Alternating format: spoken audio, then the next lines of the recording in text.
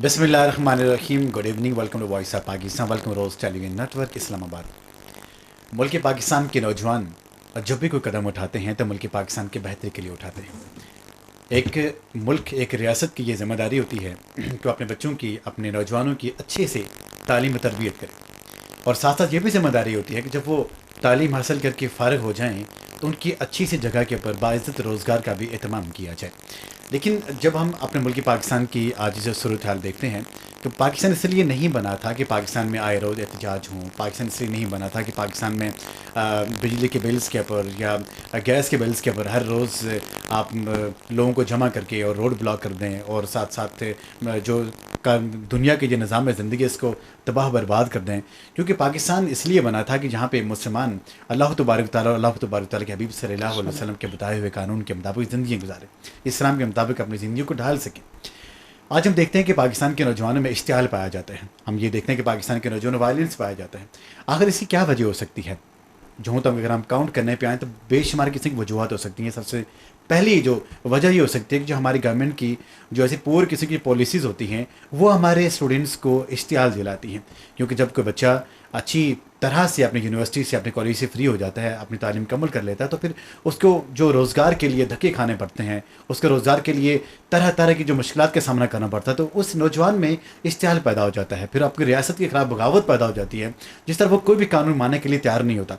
इसी तरह जब हम देखते हैं कि कुछ ऐसे नौजवान हैं कि जिनमें तालीम की कमी होती है, और तालीम की कमी उनको इश्तियाल अंगेज़ी पर मजबूर करती है, उनको वायलेंस पर मजबूर करती है। इसी तरह जब हम सोशल मीडिया की बात करते हैं तो सोशल मीडिया का जो बेदरेग जो गलत इस्तेमाल होता है, इससे जो हमारे जो स्टूडेंट्स होते हैं, जो हमारे यंगस्टर होते हैं, उनकी जो ब्रेन जो साइकी होती है वो वहाँ पे डिस्टर्ब होकर रह जाती है, जिसकी वजह से वो वायलेंस की तरफ चले जाते हैं। और साथ साथ उनके मुख्तलिफ किस्म डिजीज़, जिस तरह हमारे नौजवानी में आपने देखा होगा कि जब आप किसी को सलाम करते हैं तो वो मोबाइल की तरफ उसकी अटेंशन होगी, लेकिन आपको वालेकुम सलाम कहेगा। जब अपने स्कूल्स की बात करते हैं, कॉलेजेस की बात करते हैं, ये वंदन के अपने घरों की बात करते हैं, तो वहाँ पे जब अपने यंगस्टर को देखते हैं, अपने बच्चों को देखते हैं, तो ये सोशल मीडिया के ही वो कमालात हैं कि जो उन्होंने अपने बड़ों से दूरी इख्तियार की। जब अपने पेरेंट्स से दूर रहेंगे, अपने टीचर से दूर रहेंगे, अपने मोहल्ले वालों के जो सीनियर जो हजरात होते हैं, सिटीजन होते हैं, उनसे जो दूर रहेंगे, तो मैं ये समझता हूँ कि फिर उनकी एक अलग सी ज़िंदगी होती है, वो अलग सी ज़िंदगी वायलेंस होती है। जो वो अपने सोशल मीडिया पे देखते हैं वही रिएक्ट करना शुरू कर देते हैं। रात को सीन देखा तो वहीं उसको कल के डे में वो वहाँ पर परफॉर्म करना शुरू कर देते हैं। जब हम किसी से बात करने के लिए, किसी नौजवान से आज हम बात करते हैं, तो बहुत कम आपको ऐसा मिलेगा कि वो आपको अदब एहतराम के तहत आपको बात सिखाएगा। हाल ही का दौर हो या मिर्ज़ा गालिब का दौर हो, उस दौर की जो वहाँ पे पोइट्री थी, उस दौर की जो तालीमात थी, वो जब हम देखते हैं तो लोगों में उसी एतबार से शऊर भी उन्होंने बेदार किया अपनी तालीम के ज़रिए से। अल्लामा डॉक्टर इकबाल, जब उनकी जो हम पोइट्री देखते हैं तो उनकी पोइट्री पढ़ने के बाद, उनकी तसानीफ़ पढ़ने के बाद नौजवानों में ये शऊर आया, और नौजवानों ने ये समझा कि हमारा जो असल जो मकसद है जो इस दुनिया में आने का, वो सिर्फ ये नहीं है कि अंग्रेज़ों की ग़ुलामी करना, बल्कि ये शऊर पैदा हुआ कि भाई जो उन्होंने नक्शा उनके जहन में लाया, तो उन्होंने अपनी इस तालीम को मद्देनज़र रखते हुए, अपने नौजवानों को मुतहर्रिक करते हुए, और साथ अपने बड़ों का कहना मानते हुए उन्होंने एक ऐसी तहरीक चलाई कि तहरीक के बाद जो पाकिस्तान मार्ज़ वजूद में आता है।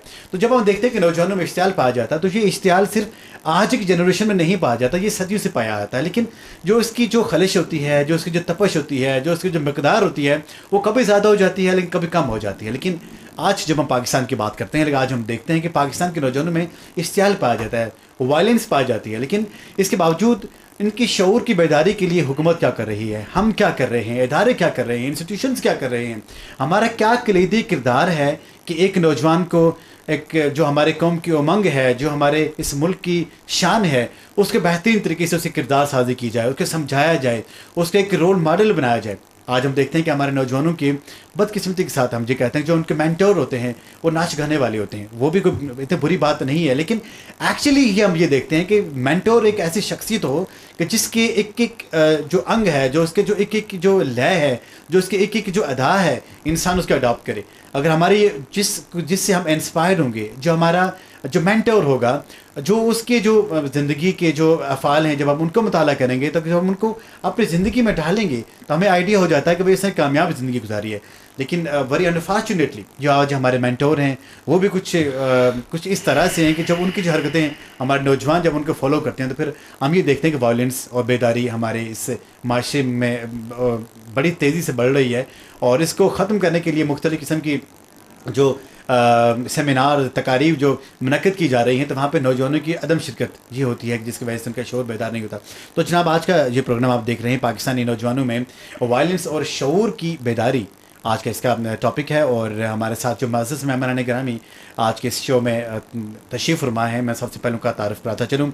किसी भी तारुफ़ के मोहताज नहीं है। हमारे साथ हैं जनाब डॉक्टर सना जुनैद अब्बासी साहिबा, graduated from Rawalpindi medical college और CPSP स्कॉलरशिप फ्राम आयरलैंड। अब हम आपको वेलकम कहते हैं अपने शो में। अस्सलाम वालेकुम, वेलकम टू द शो। और उनके साथ मुल्क पाकिस्तान के माहिर और मुमताज़ कानूनदान मेरी मुराद जनाब तैयब नवाज़ मलिक साहब, एडवोकेट हाई कोर्ट और कानून की डिग्री के साथ साथ समाजी रहनुमा भी हैं, मजहबी स्कॉलर भी हैं, बड़े ज़बरदस्त किस्म के नात ख़्वां भी हैं, सदर और चेयरमैन भी हैं फ़ातेह एंड वेलफेयर ऑर्गेनाइजेशन, सदर आवान रॉयल्स फोरम पाकिस्तान के, और साथ साथ जिन्होंने अपनी तालीम का कुछ हिस्सा जापान और ताइवान में गुजारा, और उसके साथ साथ वकला के हकूक़, ख़वातीन की वरासती हकूक़ और गरीबों की फ़लाह बहबूद के लिए, और सबसे बढ़ के ख़त्म नबूवत सल्लल्लाहु अलैहि वसल्लम के महफ़ज़ के लिए अहम किरदार अदा किया, तारीख़ी सास किरदार अदा किया। उनको हम आज की शो में वेलकम करते हैं। अस्सलाम वालेकुम। वालेकुम अस्सलाम। थैंक यू डॉक्टर साहब। थैंक यू डॉक्टर साहब। सबसे पहले मलिक साहब, आपसे जानना चाहेंगे कि हमारे नौजवानों में जो एक इश्ताल पाया जाता है, हमारे नौजवानों में जो वायलेंस पाई जाती है, इसकी वजूहात क्या हो सकती हैं? क्या ये ठीक भी हो सकती हैं या नहीं ठीक हो सकती? बिस्मिल्लाहिर्रहमानिर्रहीम वस्सलातु वस्सलामु अला खातिमिल अंबिया वल मुरसलीन। डॉक्टर साहब, सबसे पहले तो मैं आपका इंतहाई मशकूर हूँ कि आपने उस अहम मौजू को आज ज़ेर बहस लाया जो आज से शायद 76 साल पहले से शुरू हो जाता तो आज शायद इस प्रोग्राम करने की हमें कोई ज़रूरत महसूस ना होती। क्योंकि अनफॉर्चुनेटली अगर हम अपनी तारीख़ पाकिस्तान को देखते हैं तो हमें हर जगह लुट गया, मर गया, नाउमीदी, बेचैनी, बेसुकूनी, negative propaganda, negative marketing, negative news, जितने भी चैनल्स देख लें उस पे हमें सिर्फ़ और सिर्फ जो है ना वो नेगेटिव ही न्यूज़ मिलेगी, जिसके असरात हैं कि आज हमें अपनी नौजवान नस्ल के अंदर जो सोशल वायलेंस है, जो समाजी तशद्दुद है और अदम बर्दाश्त है वो देखने को मिल रहा है। और इसकी वजूहात जो है वो कोई एक वजह नहीं है इसकी। सरकार से लेके माशरे के एक फ़र्द इसका ज़िम्मेदार है, उसका एक रोल है, उसने इसमें अपनी सुस्ती दिखाई।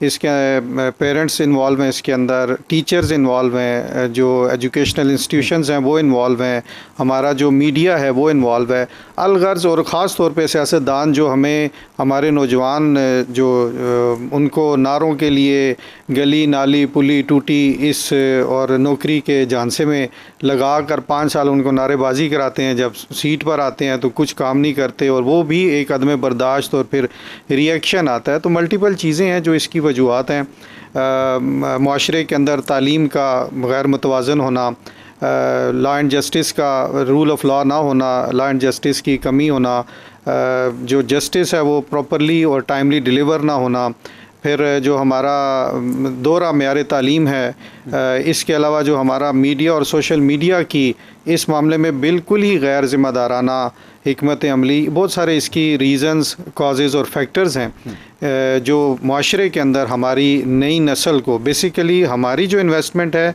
हमारा जो एसेट है, हमारी जो असासा है वो हमारी आने वाली नस्ल है और उसको हमने यकसर जो है वो एक साइड पे रखा हुआ है। ना उसके बारे में हमें फ़िक्र है, ना हमारे माशरे को फ़िक्र है और ना उन लोगों को फ़िक्र है जिनके हाथ में माशरा है या जो इसको कंट्रोल कर रहे हैं। दूसरा जो आपका सवाल है कि क्या ये रेक्टिफाई हो सकता है या इसकी इस्लाह हो सकती है, बिल्कुल देखें, हमारे से बाद में आज़ादी पाने वाले ममालिक हमारे से हर तरह से हर मैदान में कई 100 साल आगे जा चुके हैं और अगर वो आज़ादी से पहले का उनका दौर देखें और आज़ादी हासिल करने के बाद भी 10, 15, 20 साल का दौर देखें तो इंतहाई मुफलिसी और इंतहाई बेरारवी का वो शिकार थे। कोई उनको डायमेंशंस नहीं थी, कोई उनको ट्रैक नहीं मिला हुआ था, लेकिन आज वो इतना आगे जा चुके हैं कि शायद उनको compete करना या उनका बराबर होने का सोचना भी एक बहुत बड़ी सोच है।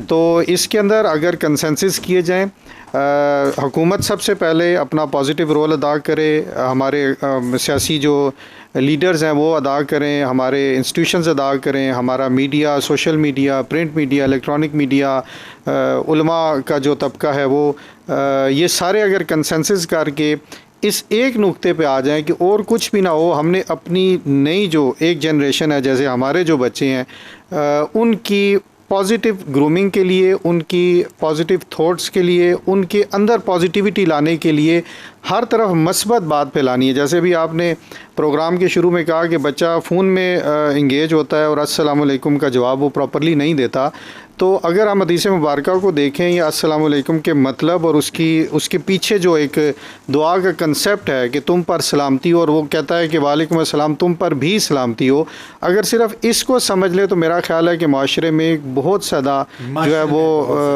बेहतरी आ सकती है। और इसके लिए हमें कंसेंसस करना पड़ेगा। और मैं एक रिक्वेस्ट आपसे मज़ीद करूँगा, चूँकि आपने ये स्टेप उठा ही लिए, आपके इदारे ने स्टेप उठा लिया, तो एक प्रोग्राम इस मौजू के ऊपर होना नाकाफ़ी होगा, क्योंकि ये इतनी कंसिस्टेंसी के साथ आपको ये प्रोग्राम करना पड़ेगा कि शायद अगर हमने 10% नौजवानों को भी पॉजिटिव कर लिया तो बहुत बड़ा हमारा जो है ये कार्य खैर होगा। इसके ऊपर हम ये समथिंग सीरीज ऑफ प्रोग्राम्स जी बिल्कुल, क्योंकि ये जैसे आपने अल्लामा इकबाल का जिक्र किया, उन्होंने फरमाया था दूर दुनिया का मेरे दम से अंधेरा हो जाए, हर जगह मेरे चमकने से उजाला हो जाए। तो ये कंटिन्यू जब हमारी एफ़र्ट्स होंगी, जितने भी ऐसे लोग हैं जिन्हें बोलने की सलाहियत है, जिन्हें लिखने की सलाहियत है, जिन्हें स्क्रीन पे आने की सलाहियत है, वो डॉक्टर से लेके एक सियासतदान तक, एक अकाउंटेंट से लेके एक स्कूल टीचर तक, हर बंदा जब इस चीज़ को फ़िक्र लेकर आगे चलेगा तो हम अपने अपने हल्के में ज़रूर पॉजिटिव लोगों को ले आएंगे। वगरना अगर आज हम देखें तो हमें सुबह से शाम तक पूरे पाकिस्तान के अंदर से नेगेटिव ख़बरें ही मिलेंगी, कोई पॉजिटिव ख़बर नहीं मिलेगी। कोई हुकूमत आती है तो पिछली के बारे में ऐसी बात करते हैं कि वो लुट गया, हम आबे ज़मज़म से धुले हुए हैं, और वो जो था ऐसे था वैसे था। यही पिछले 70-76 सालों से हम सीरीज़ देख रहे हैं। हमें इसके अंदर एक पॉजिटिव विंडो को खोलना होगा ताकि हमारी नेक्स्ट नस्ल सिक्योर हो सके। ज़बरदस्त। डॉक्टर साहिबा, हो मेरे दम से यूं ही मेरे वतन की ज़ीनत, हर जगह मेरे चमकने से उजाला हो जाए। आज हमारे जो यंगस्टर, जो हमारे यूथ जो हमें देख रही हैं, जो इनमें इश्तियाल पाया जाता है, जो इनमें वायलेंस पाया जाता है, जिस तरह मैंने इसके डिफरेंट किस्म कॉजेज़ आपके सामने रखे हैं, सोशल मीडिया भी हो सकता है, हमारी गवर्नमेंट की पॉलिसीज़ भी हो सकती हैं, और साथ साथ हमारी नेगेटिविटी भी हो सकती है। क्या ये डे फर्स्ट से जब एक बच्चा अपने बलूगत की हदूद तक पहुँचता है, क्या ये उस वक्त से ये उसकी इश्तियाल शुरू हो जाता है, या जब वो बड़ा होता है तो वो जो माशरे की जो मीन के तंदो तेज़ जो सूरत हाल को देखता है, उसके बाद वो आप उसका जो दिमाग होता है वो इंतशार की तरफ बढ़ जाता है? अच्छा, बहुत शुक्रिया आपने मुझे इनवाइट किया इस टॉपिक पे बोलने के लिए, और बहुत इम्पॉर्टेंट टॉपिक है भी। बेसिकली जैसे हम बात कर चुके हैं, आपने भी कुछ पॉइंट रेस किए थे, ये सब ने भी कहा, मसला तो ये माशरती ही है, लेकिन माशरती मसाइल का असर तो हर बंदे पर है। और मेरे ख्याल में पैदाइश से छोड़िए, माँ के पेट से ये प्रॉब्लम स्टार्ट हो जाती है, क्योंकि वो जो माशरती मसाइल या वो स्ट्रेसेस या टेंशन्स जो घर के अंदर मौजूद हैं या आपकी सराउंडिंग्स में मौजूद हैं, वो अफेक्ट करती हैं माँ को या वालिद को या उनके आपसी ताल्लुकात को या घरेलू ताल्लुकात को या बाहर भी चीज़ें। अब आपने शायद सुना भी होगा कि इज़राइल्स के बारे में, इज़राइलियों के बारे में, they work really hard on their mothers. वो जो जब माँ जो है ना कंसीव करती है, प्रेग्नेंट होती है, तो उसी वक्त वो क्या करते हैं कि वो उनको बिल्कुल रिलैक्स माहौल देते हैं और उससे बहुत ज़्यादा मैथ्स करवाते हैं ताकि बच्चे की पर्सनैलिटी के ऊपर इसके असरात अच्छे और उसके टैलेंट और उसकी इंटेलिजेंस लेवल बढ़े। और दे कीप ऑन, वो उनको बिल्कुल सेपरेट करके उनके वर्क करते हैं, उनकी उस पर किस चीज़ पर उनकी डेवलपमेंट ऑफ जो चीज़ें स्किल्स आपके डेवलप करें, उसमें बहुत ज़्यादा मैथ्स करवाते हैं, बहुत ज़्यादा ज्योमेट्री कराते हैं, बहुत ज़्यादा ज्योग्राफी, मतलब वो चीज़ें they are very conscious about कि क्या आजकल क्या है। एक तो स्ट्रेसेस है, उसके अलावा मोबाइल का यूज़ वहाँ से भी शुरू हो रहा है। बच्चों से कहाँ लेके चलें, हमारे बड़ों में है तो बच्चों में है। ऑफ कोर्स किताबें पढ़ने का रिवाज बिल्कुल ख़त्म हो गया है। लाइब्रेरीज नापैद हैं, ठीक है, आपको घरों में भी बुक्स नहीं मिलेंगी, जो मिलेंगी वो कोर्स बुक्स ही होंगी। उसके कह रहे हैं कि अलावा भाई हमारे लैपटॉप में है, हमारे मोबाइल पे जी, हैं, ऐसा ही। ऑनलाइन पढ़ रहे हैं। जी, और ऑनलाइन कितना पढ़ा जाता है वो हमें पता है, इतनी हमें- डिस्ट्रैक्शंस हैं, इतना कुछ है। सही। तो ये चीज़ें जो होती है ना, वर्कआउट तो मेरा ख्याल है वहाँ से शुरू होना चाहिए जहाँ से बच्चा जो है पहला कंसीव होता है, क्योंकि ये खुदा का भी निज़ाम है। वो कहते हैं बच्चा जो चौथे पाँचवें महीने जो हमल का होता है वो सब, उसके बाद से वो सब कुछ सुन सकता है, महसूस कर सकता है, तो वो चीज़ें असरअंदाज होती हैं। सही। और बाकी उसके बाद पैदाइश के बाद फिर बहुत सारे फैक्टर्स हैं। आजकल की दौर की नीड है, I am also a working woman, लेकिन जब पेरेंट्स दोनों वर्किंग हैं, बच्चों को वक्त नहीं दे पा रहे, तो वो इफेक्ट डालता है।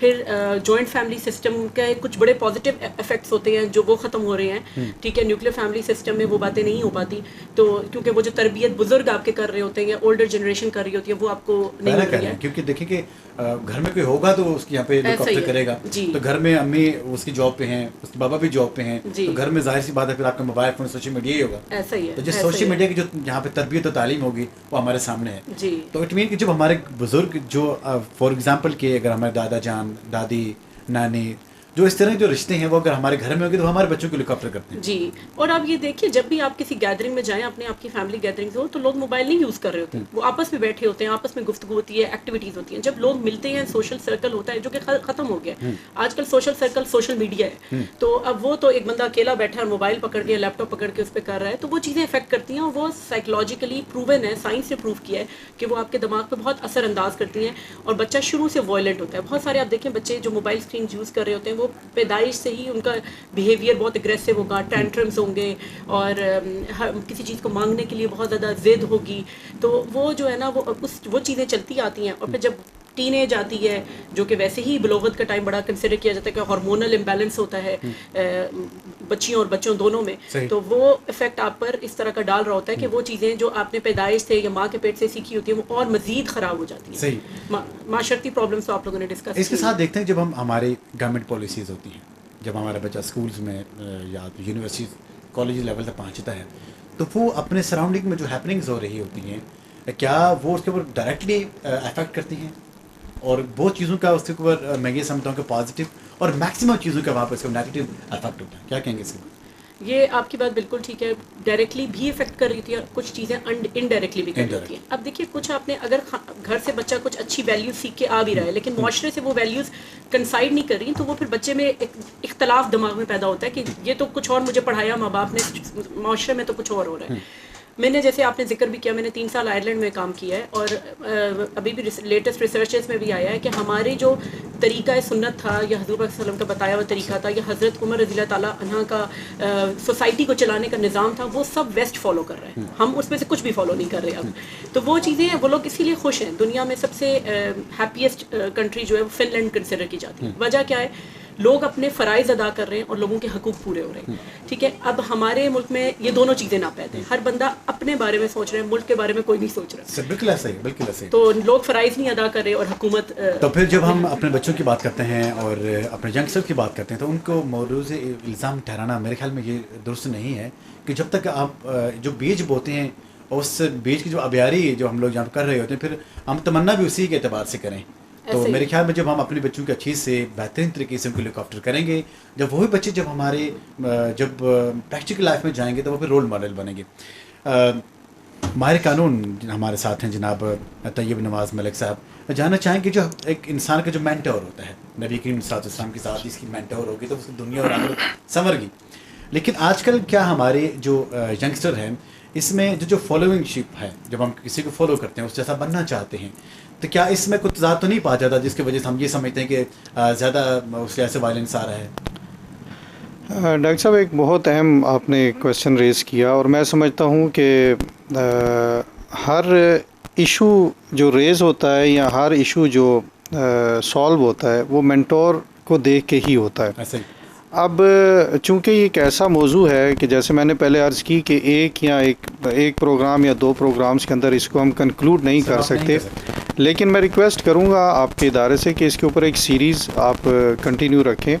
और चूँकि ये आपकी तरफ से, आपके इदारे की तरफ से और आपकी टीम की तरफ से इस मुआशरे की बेहतरी के लिए एक सदका जारी और एक पॉजिटिव आपका स्टेप काउंट किया जाएगा, और कुछ हो ना हो, आखिरत में कम से कम आपका ये हिस्सा या आपकी टीम का, आपके चैनल का ये हिस्सा ज़रूर डलेगा कि हमने उस नफसा नफसी के दौर में जब सोशल वायलेंस, समाजी तशद्दुद जो है हर माशरा उसके असरात के जो है अताब में आया हुआ था, और बिलखुसूस पाकिस्तानी माशरा के ऊपर उसके बहुत ज़्यादा नेगेटिव इम्पेक्ट्स पड़ रहे थे, तो आपने उस जो है फसाद या उस नफसा नफसी के दौर में आपने एक पॉजिटिव अप्रोच की, एक कोशिश की, और शायद इस कोशिश के नतीजे में हम कुछ परसेंटेज को, नौजवान परसेंटेज को हम बेहतरी की तरफ ले आएँ।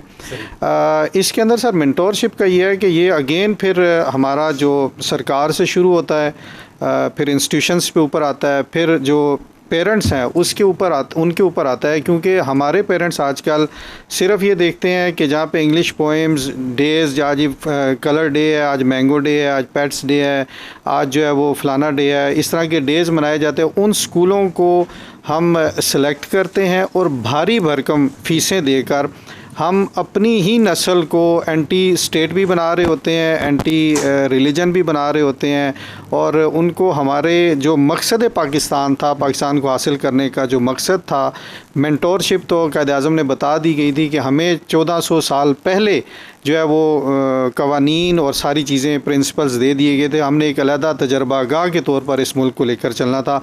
आज अगर कंपैरिजन करें हम अपने स्कूल लाइफ के स्कूल्स का आजकल के स्कूलों के साथ, तो हमें उनके अंदर किसी किस्म की भी कोई मुताबिकत नज़र नहीं आएगी। जो मैंने अभी पिछले क्वेश्चन में कहा, लपे आती है दुआ बंद के तमन्ना मेरी, अल्लामा इकबाल की एक दुआ है जो हमें ग्रेजुएशन में जाके समझ आई। टू बी वेरी मतलब क्लियर मैं आपको बताऊं कि इसका जो थीम था या ये दुआ कितनी स्पिरिचुअल है, ये हमें ग्रेजुएशन और मास्टर्स में जाके समझ आई, और अब तो वो खैर से है ही नहीं है। अब तो म्यूज़िक के ऊपर तराना होता है, तराना भी अब बच्चों को नहीं आता।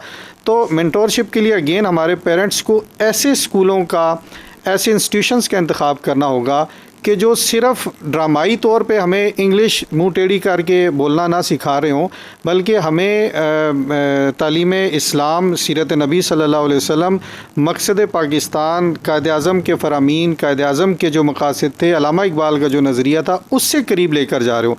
क्योंकि मेंटोरशिप का जो टाइम है, डॉक्टर साहब स्टूडियो में मौजूद हैं, अगर आप मेडिकल रिसर्च पढ़ें तो जो 8 साल तक की, 8 से 10 साल तक की उम्र का जो टाइम है, उसके अंदर जो बच्चे के मासूम जहन के अंदर कंधा कर दिया जाए, जो उसके अंदर आप इंग्रेव्ड कर दें, आप वही चीज़ उससे वापस लेंगे जब वो जवान हो जाएगा। अब हम उसकी मेंटोरशिप वाले टाइम में उसको ऐसे स्कूलों में डाल देते हैं जहाँ पे आज म्यूज़िक डे है, आज ही कंसर्ट हो रहा है, आज रेसलमानिया हो रहा है, आज अब तो वो ऐसे भी इवेंट्स ऑर्गेनाइज़ किए जा रहे हैं जो हमारे मज़हब या हमारी जो हिस्ट्री के साथ किसी किस्म की कोई रिजेम्बलेंस या मुताबिकत है ही नहीं है। मतलब वो एंटी रिलीजन और एंटी स्टेट भी इवेंट्स हम स्कूलों में आजकल देख रहे हैं। मीडिया में जो मुख्तलिफ किस्म की न्यूज़ हम देखते हैं, हमारे बच्चे देखते हैं, तो जो उनकी जो रिएक्शन होता है उसी के मुताबिक हो रहा है। एग्जैक्टली देखिए, मैंने जैसे अर्ज़ की कि मासूम जहन है, मेडिकल रिसर्च है, हम चूँकि बिल्कुल इस चीज़ से हमने कभी सोचा ही नहीं है कि मेडिकल रिसर्च भी कोई चीज़ है, या जो ये भी एक साइंस है जिसने बच्चे को ग्रूम करना है।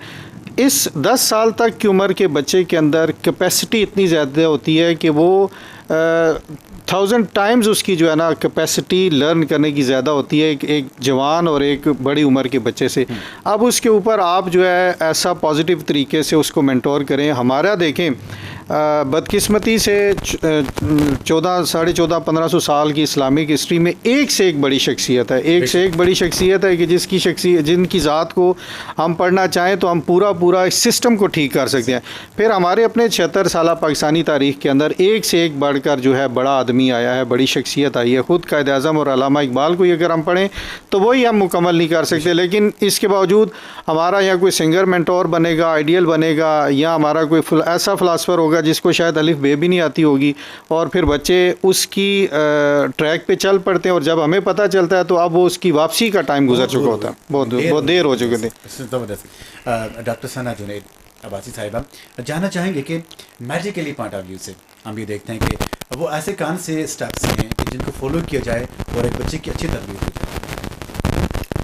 देखिए मेडिकली पॉइंट ऑफ व्यू से तो जो चीज़ें आ रही है ना कि वो लेवल जो मैंने कहा, जैसे आप फ़र्ज़ करें आप ड्यूरिंग प्रेगनेंसी ही ख़वातीन को, या हमारे यहाँ बिल्कुल कॉन्सेप्ट नहीं है कपल काउंसलिंग का, तो जो ये बड़ा इंपॉर्टेंट होता है कि प्री प्रेगनेंसी से पहले कपल की काउंसलिंग की जाए, उन्हें बताया जाए कि क्या चीज़ें इंपॉर्टेंट है, सोशली क्या चीज़ें होनी चाहिए। उसके बाद भी जैसे अब रोल आ जाता है पैदाइश के बाद पीडियाट्रिशियन का, तो सिर्फ एक डॉक्टर के नज़रिए से भी आपका काम सिर्फ उस बीमारी को या ट्रीट करना नहीं है, आपने ओवरऑल बच्चे का बिहेवियर, जैसे आपको पता है इन सारी चीज़ों की वजह से ऑटिज़म बड़ा कॉमन हो गया है और बिहेवियर जो इश्यूज़ हैं वो बड़े कॉमन है, जो कि बीमारी एक स्पेक्ट्रम ऑफ डिजीज़ की तरफ बच्चा जाना शुरू कर देता है। और शुरू में उसको ना कंट्रोल किया जाता, फिर बच्चा एग्रेशन की तरफ बढ़ना जी जी, और वो यही होता है, वो फिर अपनी दुनिया में रहना शुरू करता है, वो वायलेंस ही से स्टार्ट होता है, लेकिन अगर आपने उसे वहाँ पर कंट्रोल नहीं किया तो वो बीमारी की तरफ चला जाता है, जिससे वापस लाना मुश्किल हो जाता है वो अपनी दुनिया में। तो उसमें ये रोल एज ए डॉक्टर भी, जैसे मैंने कहा माशरे के हर फर्द का रोल है, तो उसमें एज ए डॉक्टर जो आपका रोल आता है कि आप ये चीज़ें साथ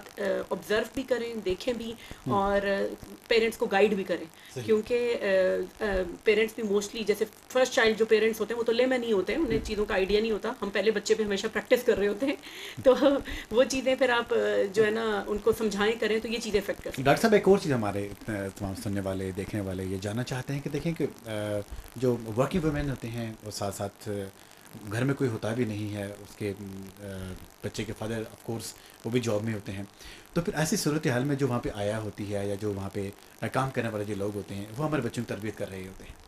अब इसको ये जो एक मैं ये समझता हूँ कि एक क्रंच किस्म की जो सूरत हाल है, जो दिल खराश किस्म की, ये ऐसे सिचुएशन में बच्चे की तरबियत कैसे की जाए? अच्छा, इसमें देखिए इंपॉर्टेंट वही आ जाता है वर्क लाइफ बैलेंस, जो दुनिया बोलती आ रही है, वर्ड बड़ा कॉमन है कि अब ठीक है आने वाले दौर में नीड हो रही है हर बंदे को, एक हमने सोशल मीडिया में और ओवरऑल भी उन्हें कहा गया है कि ख़वातीन की अपनी पहचान हो और अपने राइट्स और सारा कुछ, तो उसमें ये बड़ा इंपॉर्टेंट है कि सबसे पहले फ़राइज़ में जो शामिल आ रहा है आपके, और या जिसने आपको पे बैक करना है, या वो आपकी औलाद है और उसकी तरबियत है, आपकी इन्वेस्टमेंट सारे अपने बच्चों पे होनी ऐसा ही चाहिए, है, क्योंकि बच्चों ने आपका पे बैक करना है जी। तो वो वालदा का जो सबसे इंपॉर्टेंट रोल है वो जो है ना सारी चीज़ों से ज़्यादा ज़रूरी है कि वो उसके बच्चों की तरबियत कौन कर रहा है और कैसे हो रही है, तो प्राइमरी रोल उसका है, रोल किसी का भी नहीं होता, ना आयाओं का होता है और ना जो है ना नाना का या नाना का या दादी दादा का होता है, रोल माँ बाप का ही होता है, और उसमें प्राइमरीली मदर का होता है, क्योंकि फाइनेंशियली सपोर्ट बाप ने करना होता है। ठीक है, अब ये चीज़ें हर बंदा अपने रोल को थोड़ा थोड़ा देख ले तो आप चीज़ें लेके चल सकते हैं। हम असल में ये करते हैं कि हम वेस्ट की कुछ बातों को अडॉप्ट कर लेते हैं और कुछ को छोड़ देते हैं, कुछ ये चीज़ें हमने वेस्ट से अडॉप्ट कर ली हैं। तो ये जो है ना उसमें आप ये करें कि वर्क लाइफ बैलेंस हो, आप कोशिश करें कि टाइम पीरियड ऐसा है, जैसे अभी तैयब साहब ने भी जिक्र किया, स्कूल बड़ा इंपॉर्टेंट है, जिस टाइम के लिए वो 6 घंटे गुजार रहा है दिन के, आपने ऐसा स्कूल सेलेक्ट किया हो जो आपके घर के माहौल से मुताबिकत रखता हो। ठीक है, आप उसके मुताबिक उस स्कूल में डालिए, फिर स्कूल से आए तो ताकि उसे वही माहौल मिले, वरना बहुत तजाद हो जाता है बच्चों के दिमाग में, जब आपका जो आधा दिन जो है वो किसी और माहौल में और बाद में, और उसमें यही कि आप जिस टाइम पे बच्चा घर पर मौजूद है कोशिश करें कि पेरेंट्स में कोई एक बंदा ज़रूर मौजूद हो उस टाइम पे जब बच्चे खुद घर पर मौजूद हैं। तो और अब तो और चीज़ें इतने माशरे में फितने आ चुके हैं और इतनी और बुराइयां हैं कि बड़ा इंपॉर्टेंट हो गया है कि माँ बाप में से कोई हाँ कि खुद बच्चे अपनी सुपरविजन में हो, वरना जो चीज़ें आप उन्हें सिखा नहीं पा रहे वो दूसरे सिखाएंगे, वो और तरह से सिखाएंगे, अपने अंदाज से सिखाएंगे, तो बाद में हम किसी को कोई शिकवा शिकायत नहीं कर ब्लेम नहीं कर सकते कि भाई आपने हमारे बच्चों को क्यों आपने मिसयूज़ किया या उनकी तरबियत नहीं की।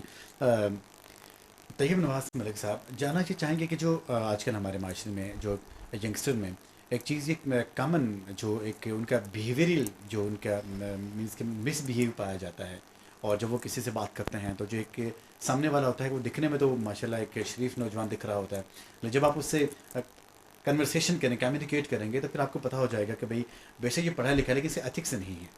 और जो एथिक्स का ना होना भी मैं ये समझता हूँ कि ऑफकोर्स ये भी वायलेंस, बिगेस्ट वायलेंस है।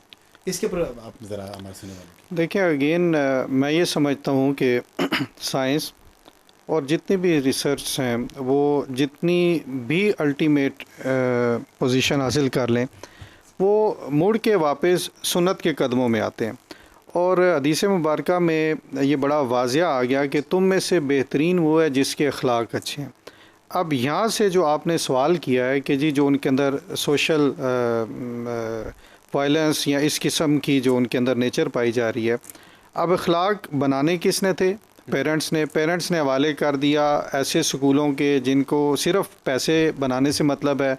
पेरेंट्स ने हवाले कर दिया ऐसे इदारों में जिन्होंने उनको मज़दूरों की तरह सिर्फ काम लेना है। पेरेंट्स ने हवाले कर दिया ऐसे सियासतदानों के जिनसे कभी ना, जिनकी अपनी कोई क्रेडिबिलिटी नहीं है, जिनकी अपनी कोई प्रोफाइल नहीं है। वो वक्ती फसली बटेरों की तरह आए, उन्होंने अवाम को बेवकूफ़ बनाया और चले गए, फिर जंप करके किसी और पार्टी में।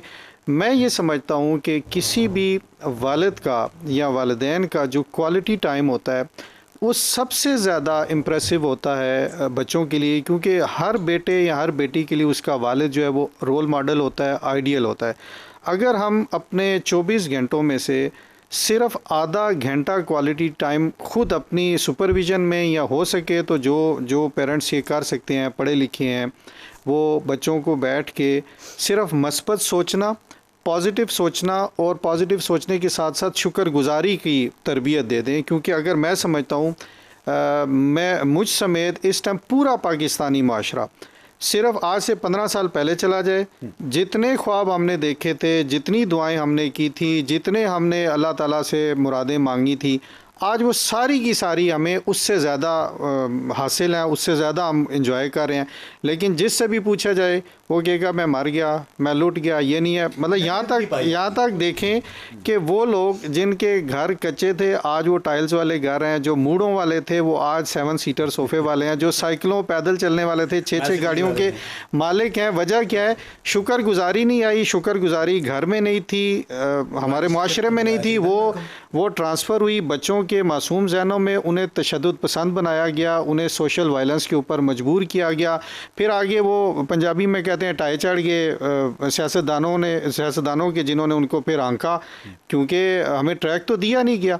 अगर उस ट्रैक की ना होने की वजह से हमारे अंदर फिर ये आ रहा है। और मैं अगेन आपके चैनल की वसातत से पूरी नेशन से रिक्वेस्ट करूँगा कि हमारी जो जनरेशन है, जो हमारी औलाद है, वो हमारा सबसे कीमती सरमाया है। सिर्फ एक पीढ़ी जिसको कहा जाता है हमारी मदर लैंग्वेज में, हम इतना अपन उनके ऊपर टाइम दे जाएं कि कम से कम एक नस्ल हमारे पीछे दुआ करने वाली मौजूद हो। हमें पता हो कि हम कुछ वहाँ पे एक नस्ल कम से कम पॉजिटिव छोड़ कर आए हैं। अगर हर वालिदैन ये सोचें, हर जो बॉस है वो ये सोचे कि मेरे ऊपर एक एज आ बॉस भी कुछ इखलाकी ज़िम्मेदारियाँ हैं, कुछ मजहबी ज़िम्मेदारियाँ हैं, कुछ हुकूमती ज़िम्मेदारियाँ, तो मैं समझता हूँ बहुत आसान है। जैसे डॉक्टर साहबा ने बताया 1-2 मुल्कों का इन्होंने ज़िक्र किया, मेरी काफ़ी स्टडीज़ फ़ॉरेन से हैं, तो मैंने देखा है वो बहुत ज़्यादा हमारे से आगे हैं। लेकिन वजह सिर्फ ये है कि उनको एक ट्रैक दे दिया गया है।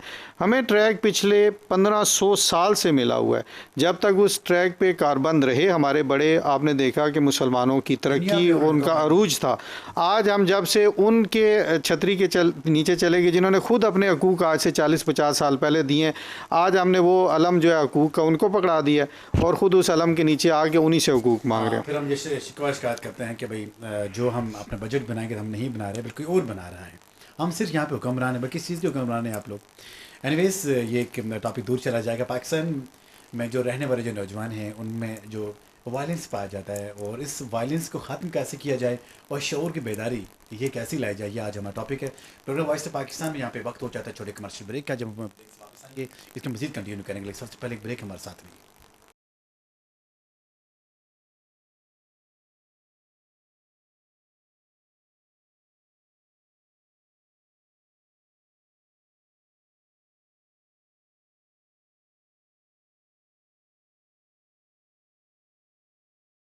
Very welcome back once again. आप देख रहे हैं प्रोग्राम वॉइस ऑफ पाकिस्तान। मुझे कहते हैं मोहम्मद एजाज़ बशीर। और जब हम ब्रेक में गए थे तो मुख्तलिफ़ किस्म की डिस्कशन हमने सेल्फ भी की हैं और कुछ वजूहात हमने डिस्कस की हैं कि वायलेंस की वजूहात क्या होती हैं। लेकिन इसके साथ साथ हमने शऊर के बारे में हमने आज बात करनी है, इसके रेमेडी क्या है, इसके सोल्यूशन क्या है।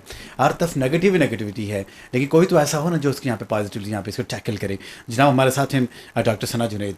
जानना चाहेंगे कि वायलेंस के जो एक नफ्सियाती जो असरात होते हैं और ये एक बच्चे की पर्सनालिटी को किस अंदाज से डैमेज करते हैं और उसके आने वाले ज़िंदगी के लिए किस तरह हार्मफुल होते हैं।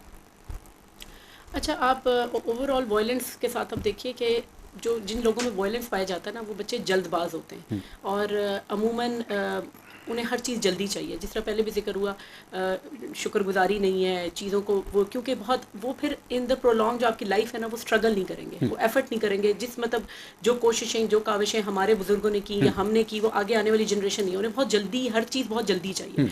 एक तो ये वाली इफेक्ट बहुत है सही। देखा गया। दूसरा जो साइकोलॉजिकली है, बहुत सारी टर्मिनोलॉजीज हैं जिसमें एंजाइटी आता है, उसके अलावा डिप्रेशन है, सुसाइडल रेट बहुत ज़्यादा है। क्यों? वजह यही है कि इतनी मायूसी, इतनी नेगेटिविटी है, और ऊपर से आप वो एफर्ट भी नहीं कर पा रहे, आपकी अपनी पर्सनैलिटी बिल्डअप ही ऐसा नहीं हुआ हुआ कि आप किसी चीज़ के लिए कोशिश करें। और एक चीज़ जो पिछले कुछ अरसे से बहुत PTSD कहते हैं, पोस्ट ट्रॉमेटिक स्ट्रेस डिसऑर्डर कहते हैं, वो ये है कि किसी भी ट्रॉमा को का स्ट्रेस लेने का तरीका, मतलब लोग अब एक प्रॉपर एक टर्मिनोलॉजी जो कि आज से मेरे ख्याल 10-15 साल पहले नापैदी थी, अब ये बहुत ज़्यादा आ गया कि आपके ऊपर कोई ट्रॉमा है, आपके ऊपर कोई मुश्किल आई है, या कोई बुरा, हाँ, कोई बुरा वक्त आया, तो आपके अंदर कैपेसिटी ही नहीं है उसको हैंडल करने की। क्यों नहीं है? क्योंकि आपकी पर्सनैलिटी बनी नहीं, आपकी शख्सियत है ही नहीं, आपकी शख्सियत में सिर्फ और सिर्फ वायलेंस है, और वो आपकी वो चीज़ें जो है ना, वो फिर आप बचपन से बलोगत से बुढ़ापे तक वही चलता है, और वो आप इसी तरह अगली जनरेशन को 2 मल्टीप्लाइड बाई 2 करके ट्रांसफ़र कर रहे होते हैं। तो ये चीज़ें हैं। एक चीज़ और बहुत कॉमन पाई जाती है, जो हमारा जो नेगेटिव बिहेवियर होता है, और जब हम फॉर एग्जांपल जब भी कोई भी बातचीत करेंगे तो हम उसको जो भी एलिमेंट हमारे सामने होगा, जो भी इशू हमारे सामने होगा, तो हम उस पॉजिटिविटी को नहीं देखते, हम हर चीज़ को नेगेटिव समझ के पेश करते हैं। तो ये भी मैं ये समझता हूँ कि हमारे यंगस्टर में एक एलिमेंट पाया जाता है उनकी वायलेंस का। जी बिल्कुल ऐसा ही है। अच्छा, इसमें देखिए, एक तो आप खुद भी देखिए, जब लोग खुद खुश होते हैं, बात वहीं आ जाती है माशरे में जहाँ पर टैक्सेशन प्रॉपर दी जा रही है, और हुकूमत आगे से राइट्स भी दे रही है, सिटीजन राइट्स हैं, चिल्ड्रन राइट्स हैं, लोग खुश हैं। लोगों के फाइनेंशियली अपनी अगर तनख्वाहें बहुत ज़्यादा नहीं भी हैं, तो उन्हें हुकूमत वो इस तरह सपोर्ट इतना कर रही है अपनी टैक्सेशन के कि वो खुश, क्योंकि वो खुश हैं तो वो घर खुशहाल है, घर खुशहाल है तो बच्चे खुशहाल है। तो वो एक चीज़ है कि आपकी जो खुशहाली है वो इम्प्लीमेंट हो रही है तो अगली पर्सनैलिटी में। जो लोग हमेशा स्ट्रेस में है, जिनके अभी तक मसाइल, बिजली का बिल का मसला ही नहीं हल हो रहा कि भाई हमारा तो बिजली का बिल इतना ज़्यादा आ गया, ये कैसे पूरा होगा, और वो स्ट्रेस और वो लड़ाई झगड़ा घर से, तो वो बच्चों में इसी तरह ट्रांसफ़र हो रहा है। एक चीज़ तैयब साहब ने भी जिक्र की थी कि हमारे जो कि हम खुद नाशुक्रगुजार हैं, तो आगे वो भी, उसमें एक चीज़ मैं ऐड करूँगी, हमारे मटेरियलिज्म बहुत आ गया। हमारी ख्वाहिशात बड़ी वो हो गई हैं कि हमने बस दुनियावी लिहाज से सोचना है, हम शो ऑफ करने के चक्करों में, जी, मुकाबलाबाजी है और शो ऑफ है, और वो चीज़ें जो है ना, हमें ना सुकून से खुद जीने देती है, और ना हम अपने बच्चों में वो ट्रांसफ़र कर पा रहे हैं। क्योंकि बहुत चीज़ें हम जो है ना, हम समझ रहे होते हैं, हम अपने बच्चे की बड़ी अच्छी तरबियत कर रहे होते हैं, लेकिन बच्चा हमेशा होता है कि 80% वो आपके बताई हुई बात नहीं सीख रहा होता, वो आपके किए हुए तरीक़ों से सीख रहा हो कि आप क्या कर रहे हैं, आप किसी भी मामले को कैसे हैंडल कर रहे हैं, आपकी बोलचाल कैसी है। आप बेशक बच्चे को कहें बेटा तमीज़ से बात करो, लेकिन अगर आप खुद तमीज़ से बात नहीं कर रहे तो बच्चे ने नहीं करनी। तो जी तो वो आपको देख के, हाँ, क्योंकि मेंटोर जैसे है, मेंटोर तो वालिदैन है, और अब आप बच्चे से अगर पूछे मेंटोर क्या, तो उससे पहली बात है मेंटोर का मतलब ही नहीं आएगा उसे, समझ नहीं आएगा। ठीक है कि मेंटोर कहते किसे, और अगर होगा तो वो फिर यही कोई होगा, स्पोर्ट्स प्लेयर्स होंगे या कोई कार्टून कैरेक्टर्स होंगे, म्यूजिशियन होगा, जी, ऐसे मूवी मेकर होंगे, ऐसा ही है। तो मेंटोर वाला कॉन्सेप्ट तो हमारा चला ही गया, और हम बहुत उधर से वो दूर आ गए हैं कि हम शानदार, ज़बरदस्त आपने बात की। क्योंकि जब हम मेंटोर की बात करते हैं और जिसको हम फॉलो करते हैं, वो पर्सनालिटी कैसी है, उससे क्या असरात होते हैं हमारी ज़िंदगी के ऊपर, उसके ऊपर क्या आगे सक्सेस बेस कर रही होती है कि हमारा मेंटोर कैसा है। क्योंकि माशरे में नेगेटिविटी पाई जाती है। तैयब नमाज़ मलिक साहब, किस नेगेटिविटी को क्या पॉजिटिविटी में हम लोग कन्वर्ट नहीं कर सकते? अगर हम एक गिलास हमारे सामने पानी का रखा होता है, पूछें इसमें कितना पानी है, ये गिलास क्या, तो कहीं नहीं आधा खाली है, तो आधा भरा भी तो है। तो मेरे ख्याल में अगर हम इस किसी भी चीज़ को हम उसको लेने के जो एक्सपेक्ट होते हैं, उसे पॉजिटिवली अगर यहाँ पे उसे जेस्चर दें, हैंडल करें, तो मेरे ख्याल में काफ़ी चीज़ें ठीक हो जाती हैं। क्या कहते हैं इसके बारे में? जी, ये वो चीज़ है जो हमें उम्मीद दिलाती है, और मैं समझता हूँ कि इसका सद्देबाब करना, इसका काउंटर करना, इस सीरियस इशू को रिज़ॉल्व करना, सॉल्व करना बहुत आसान है। Let's start from our self, हम अपने आप से शुरू करते हैं। सबसे पहले तो ग्रेटिट्यूड हमें अपनी तबीयत के अंदर लाना पड़ेगा। देखें, जो मुकम्मल ज़ाब्ता आयात हमें कुरान पाक की सूरत में मिला, उसकी पहली जो आयत है अल्हम्दुलिल्लाह रब्बिल आलमीन, शुक्रगुजारी के ऊपर है। जैसे मैंने पहले अर्ज़ की कि हम में से हर बंदा वो चीज़ पा चुका है जिसकी 15 साल पहले हमने ख्वाहिश की, चाहे वो मैं हूँ सबसे पहले, फिर कोई और है। अब ये बहुत आसान है इसका सद्देबाब करना, इसको काउंटर करना, और इसको रिज़ॉल्व करना।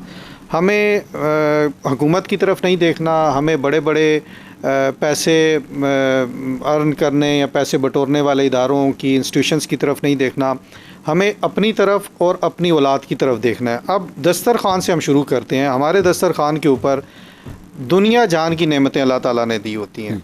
अब हमने तो सिंपल एक नवाला तोड़ना है और नवाला टेस्ट करने के बाद हमने कहना है कि मज़े का बना या नहीं बना, जबकि अगर इसके पीछे पूरी रिसर्च को देखें कि एक बीज बोया गया, उस बीज के लिए बुखारात उड़े, बुखारात बादल बने, बादल गरजे, बरसे, पानी बरसा, फिर वो फसल बनी, फिर फसल कटी, फिर वो पैक हुई, फिर वो मिल में आटा उसका बना, आटा फिर मार्केट में आया, फिर आटा ख़रीदने के लिए हमें पैसे हमारे जो सोर्स ऑफ इनकम है उससे मिले, फिर वो आटा घर आया, फिर उस आटे को गूंदने के लिए पानी और वो परात मिली, फिर आटे को पकाने के लिए तवा और आग मिली, फिर आटे को आगे पेश करने के लिए वो, अब उसको फिर खाने के लिए चबाने के लिए दांत मिले, चखने के लिए ज़ुबान मिली। फिर यहाँ पे बात ख़त्म नहीं हुई।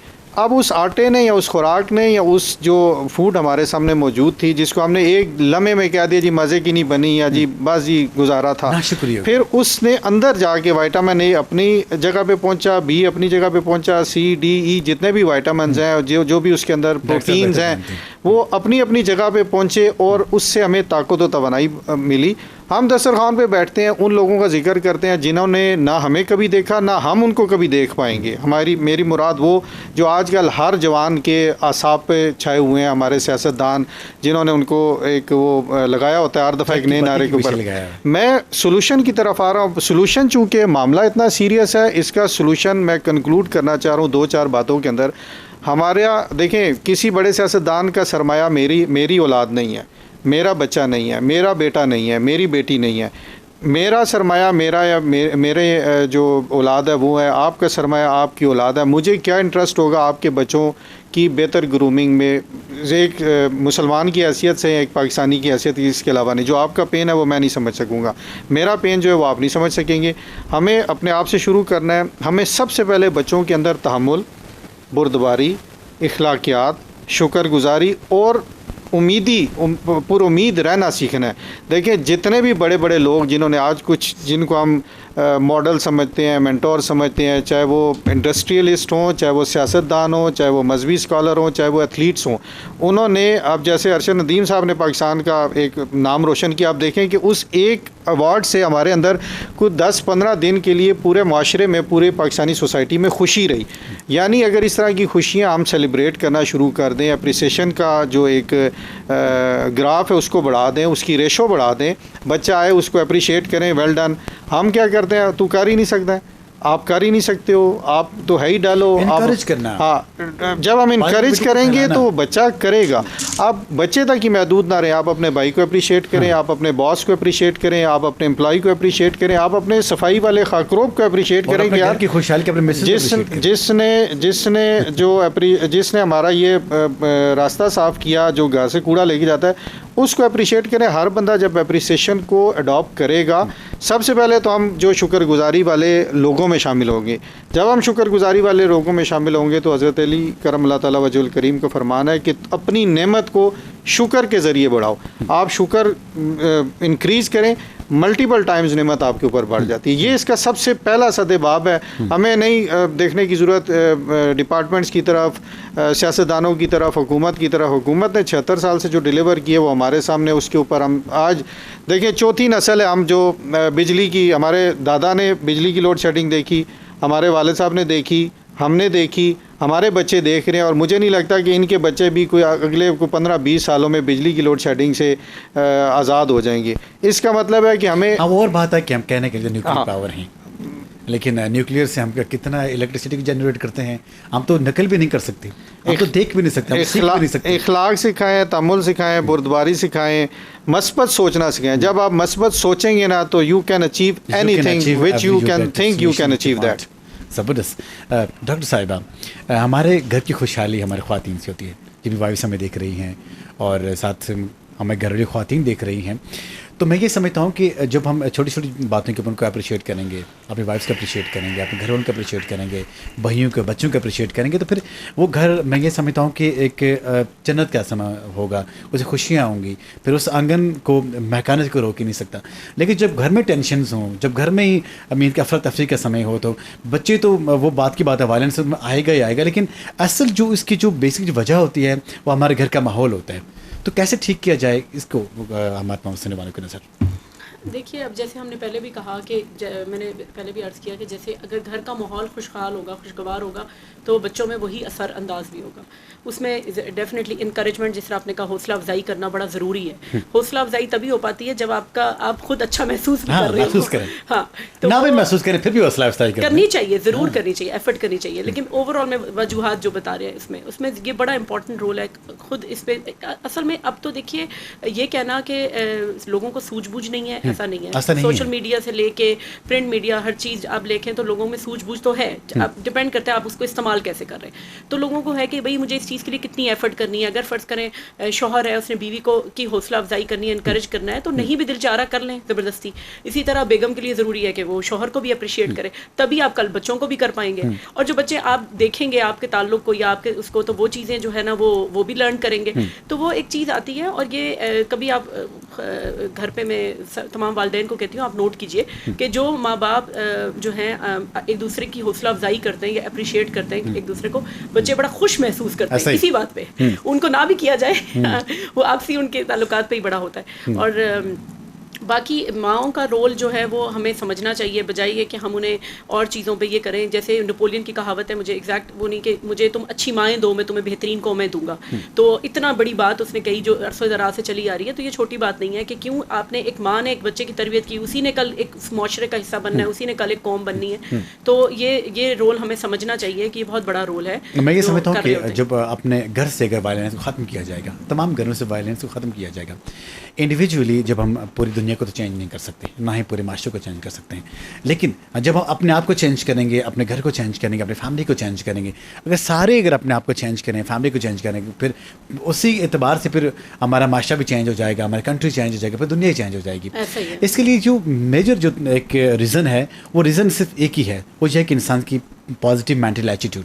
जो हमारा पॉजिटिव मेंटल एटीट्यूड रहेगा, तो मैं ये समझता हूँ कि हम हर वो चीज़ अचीव करने में पीछे नहीं रख सकते जो हम सोचते हैं। जो हम पॉजिटिव अगर हमारे सोचे आएंगे, तो मेरे ख्याल में हम वो तमाम चीज़ अचीव भी कर लेंगे।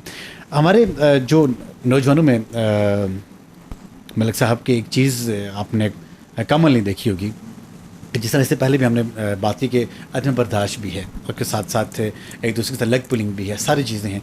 लेकिन जो मेन जो चीज़ वो ये है कि वो जो दीन से दूरी है, जो आज के इस माशरे में हम बहुत ज़्यादा पढ़े लिखे हैं, मीन्स की डिग्रियाँ हमारे पास बेशुमार हैं, लेकिन एक तो हमारे यहाँ तरबियती कमी है, और दूसरा जो 1400 साल पहले पैगम्बर इस्लाम सल्लल्लाहु अलैहि वसल्लम एक ज़ाब्ता हयात हमें दे के गए हैं, हमें कहीं और जाने की ज़रूरत ही नहीं है।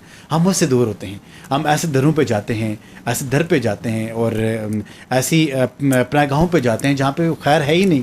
हम ये सोचते हैं कि जो दुनियाई एतबार से जो चीज़ें वहाँ पे हमें रोशनासी दिखाई देती हैं, तो वो चीज़ें ऐसी हैं, हालांकि वो चीज़ें ऐसी नहीं होती। उसे बिहाइंड द रीज़न जब हम देखते हैं, तो वो चीज़ें काफ़ी डिफरेंट होती हैं। तो क्या इस्लाम तो हमें सिखाता है, इस्लाम तो हमें शुक्र सिखाता है, इस्लाम तो हमें साथ साथ फॉलो करना सिखाता है। तो क्या हमारे नौजवान जो दीन से दूरी है, इसकी वजह से आज वायलेंस का शिकार हैं? हाँ, ये तो एक यूनिवर्सल ट्रुथ है जी। कुरान मजीद में बड़ा वाज़िया आया है कि अला बिज़िक्रिल्लाहि तत्मइनुल क़ुलूब, कि बेशक दिलों का सुकून, दिलों का इत्मीनान, दिलों का चैन अल्लाह के ज़िक्र में है। अब हर कार खैर जो है वो अल्लाह का ज़िक्र है। नबी अकरम सल्लल्लाहु अलैहि वसल्लम पर कसरत से दुरूद पाक पढ़ना अल्लाह का ज़िक्र है। अल्लाह की वहदानियत को, उसकी शान को बयान करना, उसकी तस्बीह करना अल्लाह का ज़िक्र है। अल्लाह की बनाई हुई कुदरत को देखना, सुबहान अल्लाह कहना, टूरिज़म पे चले जाना, चीज़ें देखना, बड़े पहाड़, बड़े बड़े दरिया, समुंदर देखना, अल्लाह की बड़ाई बयान करना, ये चीज़ें पॉजिटिव अप्रोच के साथ साथ इंसान के दिल में सुकून पैदा करती हैं। वजह फिर वही आती है कि हमारे पास सब कुछ होने के बावजूद जब हम नाशुक्री करते हैं, तो वो नेगेटिविटी पॉइज़न बन के हमारे जहन को डिस्टर्ब करती है। फिर वो डिस्टर्बेंस से हमारा पूरा जो फंक्शन है, मेडिकल फंक्शन, जो जिस्मानी जो पूरा फंक्शन है, वो डिस्टर्ब होता है।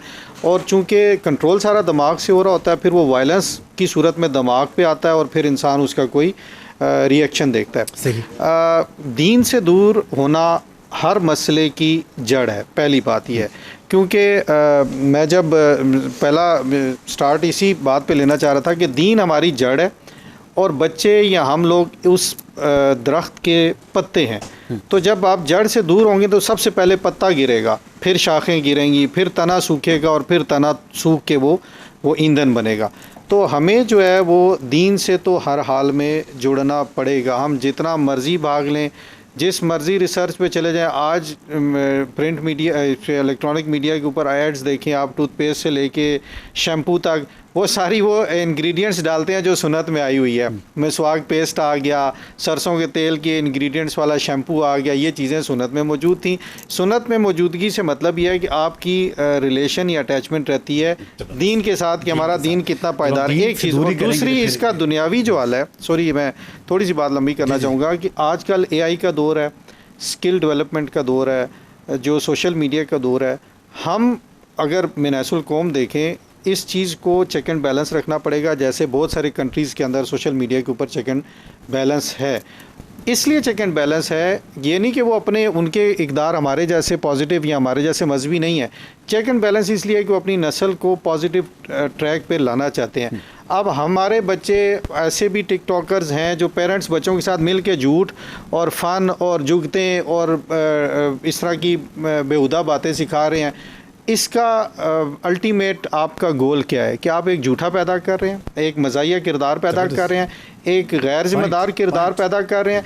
जबकि अगर यही टिकटॉक, ये स्किल डेवलपमेंट्स, यही AI अगर हम उसको बच्चों को सिखा दें, क्योंकि अगला दौर 2050 के अंदर रिसर्च ये कहती हैं कि ऐसा दौर आ जाएगा कि आपके पास सुसाइड अटैम्प्ट जो है एक ऑप्शन बच जाएगी, कि आप इतना पीछे रह जाएंगे। आज हम बच्चों को टिकटॉकर की बजाय AI के मॉडल सिखाएं, उससे फर्दर जो बिज़नेस एक्सप्लोर करना, बिज़नेस इन्हांस करना, बच्चों को लगा दें। जो भी चीज़ है उसका हम बच्चों को पॉजिटिवली उसको यूज़ किसी ना किसी पॉजिटिव एक्टिविटी में बच्चे को डाल दें, वो ये माशरा ट्रैक पे चढ़ जाएगा। ज़बरदस्त।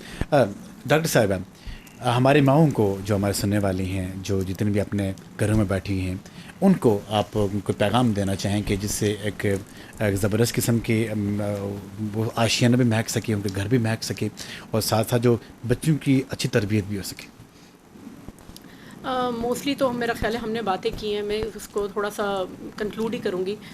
माओं के लिए स्पेशली मेरा अगर कोई पैगाम है वो ये है कि आप खुद अपनी तरफ से एफ़र्ट करें। एक तो अपने रोल को समझना, घर की ख़वातीन का जो है ना, वो अगर मुकम्मल हाउस वाइफ्स हैं, वो बड़ा इंपॉर्टेंट रोल होता है। लोग उसको ख़वातीन खुद इतना समझ नहीं पाती। एक सेट रूटीन पे चल रहे हैं जी, ये नाश्ता बना, खाना बना, बच्चे को स्कूल भेजा, वापस आए, दिन का खाना बना, रात का खाना।